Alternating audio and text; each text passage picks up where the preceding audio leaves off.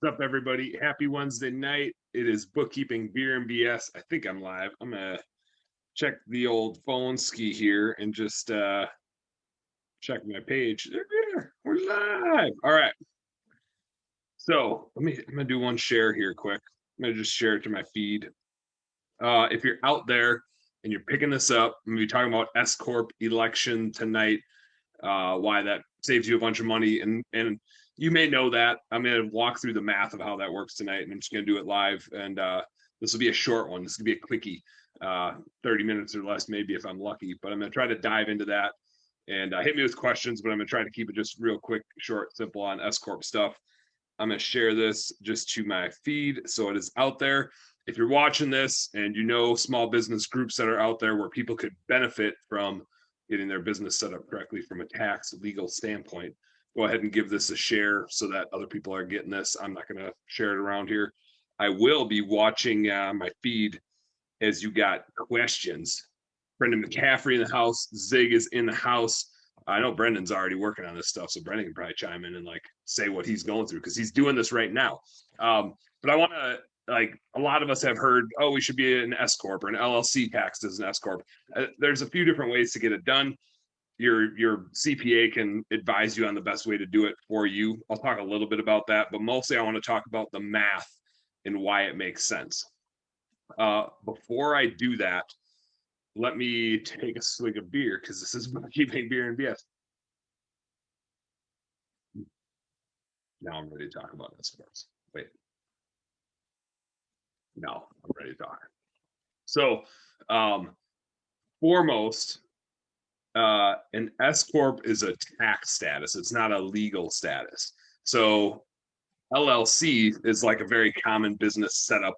That stands for limited liability company. And that's all about protecting you separate from the business. So if something goes wrong in your business and somebody's going to sue your business, God, for whatever reason, they can't take your house, they can't take your kids, they can't take your wife, they can't sue you for a mistake in the business.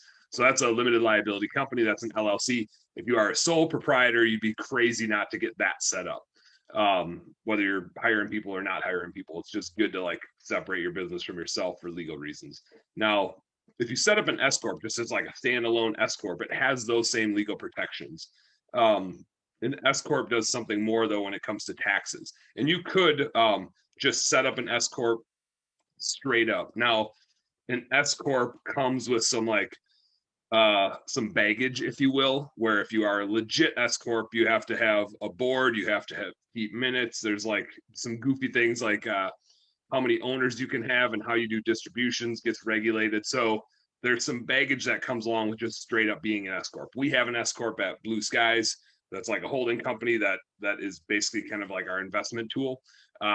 But it doesn't have to be that way. You can also be an LLC with a S Corp tax election. And so that tends to be the path of least resistance for a lot of us small business owners. Is most of us are set up as an LLC, but there's an election you can make to be taxed as an S Corp. And basically once you start making money, that's advantageous. And when I say making money, I don't mean like getting revenue, but I mean having more revenue than you have expenses, making net income. And the bottom line is, when you pay taxes in your business, you pay a couple different taxes. I'm not going to talk about like goofy little like state property tax things or other stuff like that. You primarily pay two types of taxes in your business. You pay payroll taxes, and you're paying those for yourself, whether you know it or not, but you're also paying them for employees, obviously. I'll explain why you end up paying them for yourself too, whether you're even taking a wage or not. And then you pay income taxes.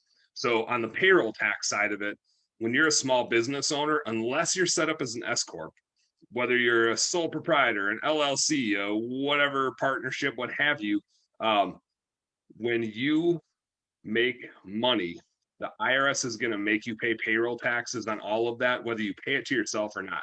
And it's called the self-employment tax because for you, you're both the employer and the employee. So you pay all of the employer payroll taxes, the FICA, the FUTA, the Social Security, blah, blah, blah. You also pay the employee side. So that ends up being about 15.3% of the wage per se gets paid out in payroll taxes. So that's what's going on. Like I said, whether you take the money or not, you're going to pay payroll taxes on it. They just treat all the income of the business as your wage, and that's like like I said, that's if you're not an S corp. It's an LLC. That's a sole proprietor. That's a partnership with money going through. Now, when you make money in your business and you have income, you pay those payroll taxes. You also are going to pay income taxes on all that money. And one thing that I hear get misconstrued super often is people think they pay taxes on distributions. And when I say distributions, I mean it's not technically a wage, like you're not paying payroll taxes on it when you take it, but a distribution would just be taking money from your business account, putting it into your personal account. It's kind of like a dividend. If you think of like a big company, they pay their owners dividends. It's the business has money, the owner wants the money, the business pays the dividend to the owner. It's not a wage, it's a return of equity to the owners for their capital investment. When you're taking a distribution, that's what you're taking. You're not taking a wage. So let me just make that distinction really clear. Distributions are not taxed. You might be like, what? The IRS doesn't tax distributions. The IRS taxes everything, right? Well, they kind of do, because if your business makes 50,000 of income, whether you distribute that 50,000 or not, the IRS is going to tax you on all 50,000 of it. So they don't care if you distribute it or not. They don't care if you distribute 100,000. They're still going to tax you on the 50,000. If you distribute zero, they're still going to tax you on the 50,000. They make sure they get theirs. So distributions aren't taxed. That's whether you're an S Corp or an LLC or whatever your setup is. So why an S Corp is useful. And again, I'm going to like go through the math of this so you can see it live, and I'll take questions if any of the math gets confusing. And then we're going to end this one. It's going to be quick and dirty, quick and clean, maybe. So when you are an S Corp, you have to take a wage. And that wage has some stipulations, which is it's got to be like a reasonable wage. And the best way I can describe that is like whatever you would have to pay somebody else to do that type of work. The cool thing and where the benefit comes from being an S Corp is that now you only pay those payroll taxes on that wage that you took. So let's say and I'll do the math on this, and I've got a spreadsheet like almost ready to go. I didn't do it ahead of time because I want to like do it live so you guys can see that it's not that hard to figure out. In the $50,000 example, let's say the business makes $50,000 of income. Now you're going to pay payroll taxes on that and income taxes on all of that money, whether you like it or not, whether you take it or not. Now, when you're an S Corp, you're only going to pay payroll taxes on the portion of that you take as a wage. So let's just say you take $30,000 as a wage. You're going to pay 15.3% payroll taxes on that, but you're not going to pay 15.3% payroll taxes on the other 20,000 of that income per se. It's not quite that simple. Like mathematically, obviously, there's once you pay the taxes, the income's different and all that sort of stuff. But that's exactly how that's going to work. And so you're saving the payroll taxes. Now you're still going to pay income taxes on the wage that you took, and you're going to pay income taxes on the income that's left in the business. You're not going to have to pay income taxes on the payroll taxes that you paid. Like the taxes don't get taxed. It's a tax deductible expense. But you save all that money on payroll taxes. So let me do some spreadsheet here so you guys can see what I'm talking about. Do a little screen share. That's not the one. That's like Facebook right there. So here we go. I gotta move my phone. I'm not gonna be looking at my phone exactly while I'm doing this because then it covers up my screen. So in this example, this is I'm gonna like simplify the hell out of this. Your business might be way bigger, your business might be smaller. A lot of times when people are kind of like hiring their first person or two is when this starts to get valuable enough that you should do it. So if you're a big business and you're not doing this yet, if this number is $1 million instead of 100,000, then like for sure this is going to apply to you. Once you're hitting that like $100,000 mark, whether you're cleaning the inside of houses, whether you're pressure washing stuff, whether you're doing landscaping stuff, around this level is where it's going to start getting really, really, really valuable here. So in this case, we're just saying 100,000. We're going to say you're not taking a wage from the business, but you've got 50,000 of expenses. So you're making, I hear this all the time, like, oh, I made 50,000 bucks this year. And it's like the business, like that's your wage. The business made $0, right? Like that 50,000 of net income is what you need to live on. So the business didn't actually make any money. Like you'd have to pay somebody 50,000 to run it. So the owner's not making anything. You're just the employee. But here's where we can like carve this up and start wearing two hats. So super important. Once you get to the step that you are seeing yourself as a CEO with a job that takes a wage, and you're seeing yourself as an owner that doesn't have a job, that's just investing their money into this company. They don't work there, but because they're investing their money in it, in some cases, kind of labor when we're starting out, but we'll act like it's money. Time is money. You're expecting a return on that capital, human capital or monetary capital. So the owner needs to get something and the CEO needs to get something. So it's super important. We want to wear those two hats and we want to like distinctively think about each of those two hats. So let's do some math here. We've got the first case where we're a sole proprietor, LLC, everything's getting taxed, whether we take it or not. And then we've got the second case where we're an S Corp. So let's first go through here and say we've got 15.3% payroll taxes to pay on all 50,000 of this. Remember, that's I'm gonna do it this way. Put 15. Nope. I'm just gonna put that here because I'm gonna use it multiple times. So we're paying payroll taxes. So we're gonna have to pay 7,650 payroll dollars worth of payroll taxes here. And so then the income after payroll taxes is going to be 50,000 minus that. So now we've got 42,350 left after we pay our payroll taxes. And now we've got, let's say our income taxes are 20%. Now, this is going to be so different for everybody because if you're married and filing jointly, and if you got 2 kids or 8 kids, or you gave a bunch to charity, like income taxes, I guess I should have clarified this earlier. When you pay income taxes, you don't pay income taxes as a business. The only businesses that pay income taxes are C corporations, which are like the big publicly traded corporations, and they pay income taxes as a business rather than their owners paying income taxes. Now, you still end up paying capital gains taxes, but their owners don't have to pay income taxes generally because there's so many owners, it would be like ridiculous to try to pass through all that income to the owners. So the company pays taxes first. In small businesses where there's a few owners, the company doesn't pay the taxes.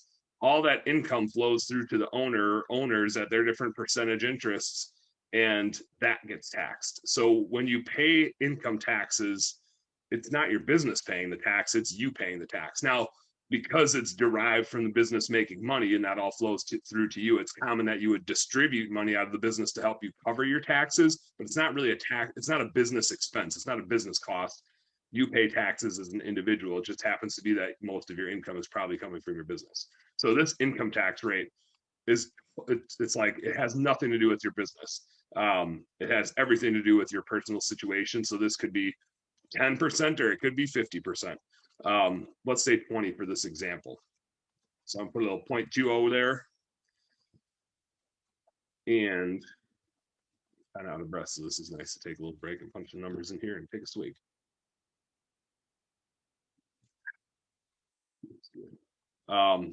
So now our personal like leftover income is really after we pay those payroll taxes and after we pay the income taxes.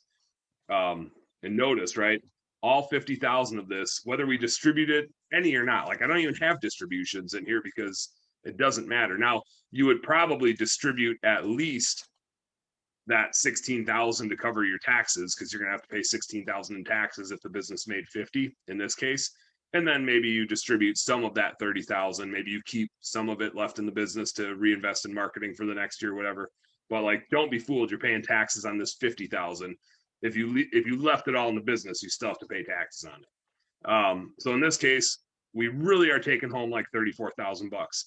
Now let's switch it over to the S Corp, taxed as an LLC, or excuse me, S Corp. What am I trying to say? Jeez Louise. LLC taxed as an S Corp. And this isn't going to be any different if you're like just a legit S Corp and that's the way you're structured, or if you're an LLC taxed as an S Corp, this is all going to flow through the same. So now we're going to take a wage And when you take that wage, you'll see how this math works out, but there's kind of a competing interest here, which is you want to take as little as possible because the smaller wage you take, the less payroll taxes you're going to pay. However, it's got to be a reasonable wage, and the IRS is going to smell pretty easily if you're taking an unreasonable wage. If the business makes 50,000 and you take 10,000 in wages and you distribute 40,000, they're probably going to notice it, right? And so kind of the red flag is if you take less in wages than you take in distributions, that's what would set the flag off. So it's got to be a reasonable wage that you could justify you would pay somebody to do the work that you're doing. You kind of want to make that as small as reasonably possible because you want to limit the amount of payroll taxes that you're paying. But never distribute more than you take as a wage. So even if you're going to take all 50,000 of this, roughly, before taxes anyway, you want to take a little bit more than half of it as a wage, and then as much as you possibly can as a distribution. Like in this case, let's say we're going to take 40,000 of it. We're going to take of that 40,000. Let's just say we're going to take 25,000 in wages, and now we're going to pay payroll taxes on that.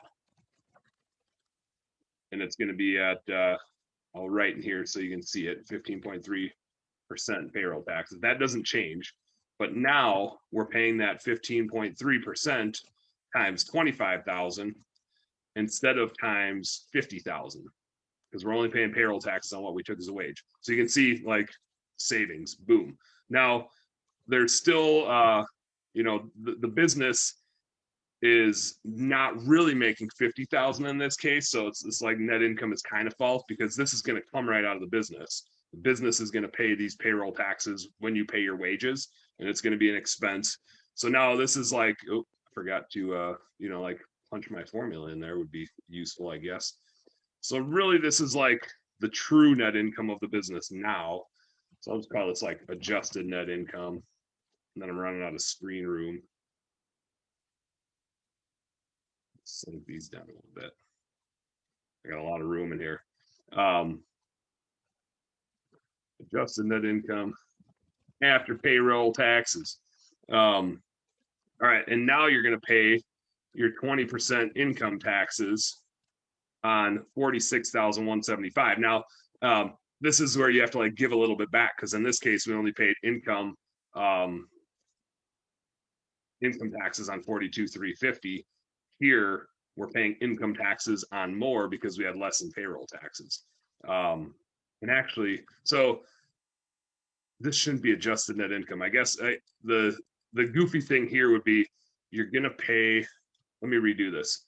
So the net income of the business is really like that 50,000 minus your 25,000 wage and minus the payroll taxes. So here's like the net adjusted income of the business. And this is where like you sometimes see people with a bone to pick out on Facebook saying like, you didn't really make that much money, or your business didn't make that much money. And what they're trying to get at is like, you didn't count the wage that you should have taken. Like the business really only made this much if you would have paid yourself a reasonable wage. This is like what the owner should get. So this is the net income going back to the owner. Now, your income taxes are still going to be based off of, why am I writing that there? That's not where I wanted to write that. Income for income tax purposes.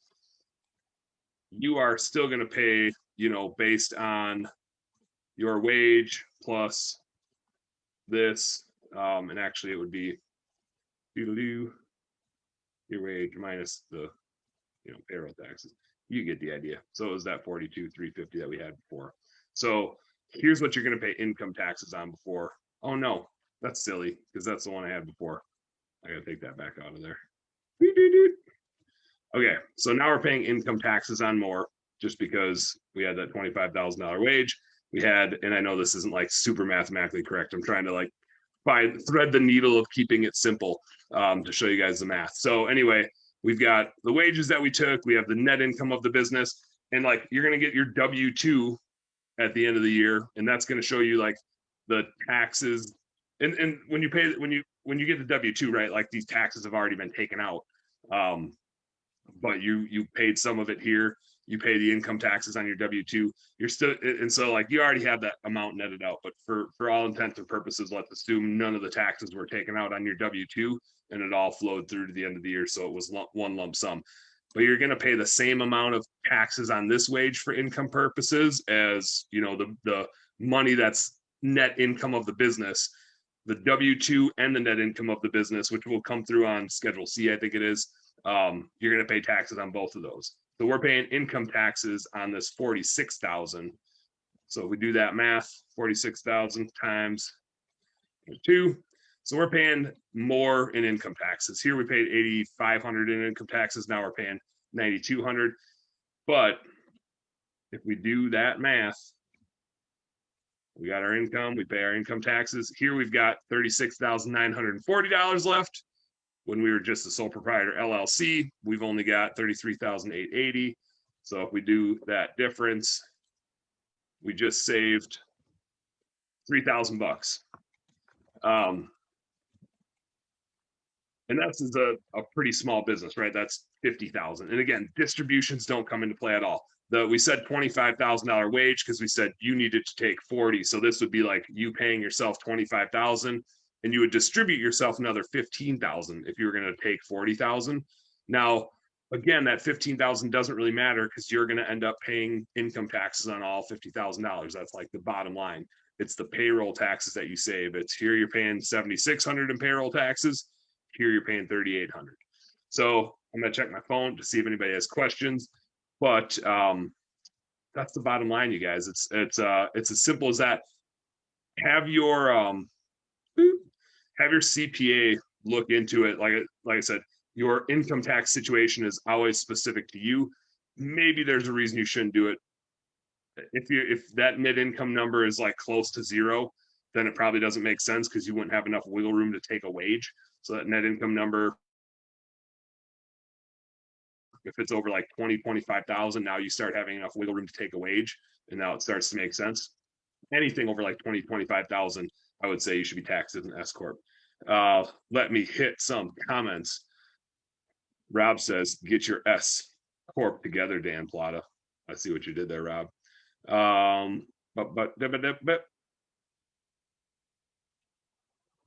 Morris said, wish I was an S Corp versus a C Corp. Are you a C Corp? Is that even possible? Brendan, S Corp is the way to go. Rob said we did up to like 150,000 as LLC, then S Corp the next year. That's exactly when you want to start doing that. Brendan said, I'm the shit and I drink beer, I think is pretty much what his comment said. Justin said, mine is officially fried. Cliff Notes version. If your business makes 50,000 and you're an S Corp instead of an LLC, you'll save $3,000. That's my Cliff Notes version for you, Justin. Is that the Sound FX version of Excel? I don't know what you're talking about. Maybe. More money for beer. Yep. 3,000 is a lot of beer. Kegerator. Yep.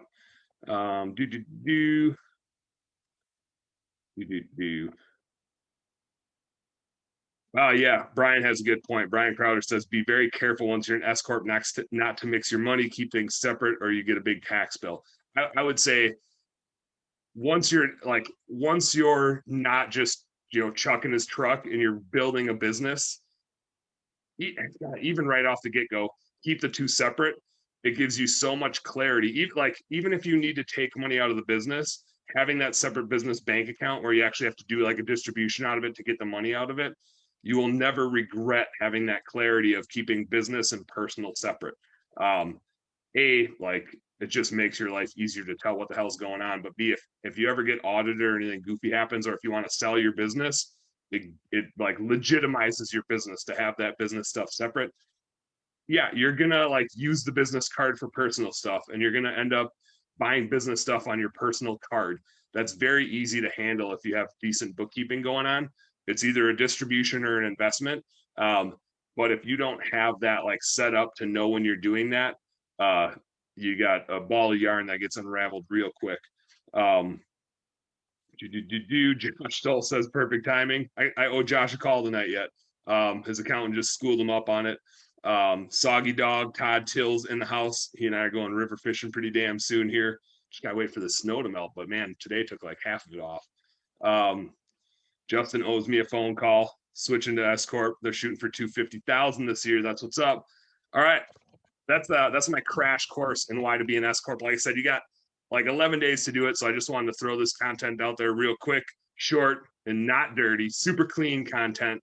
I'm like not even down to here. Yeah, baby. S Corps. That's what's up. Everybody have a good night. We'll see you next Wednesday.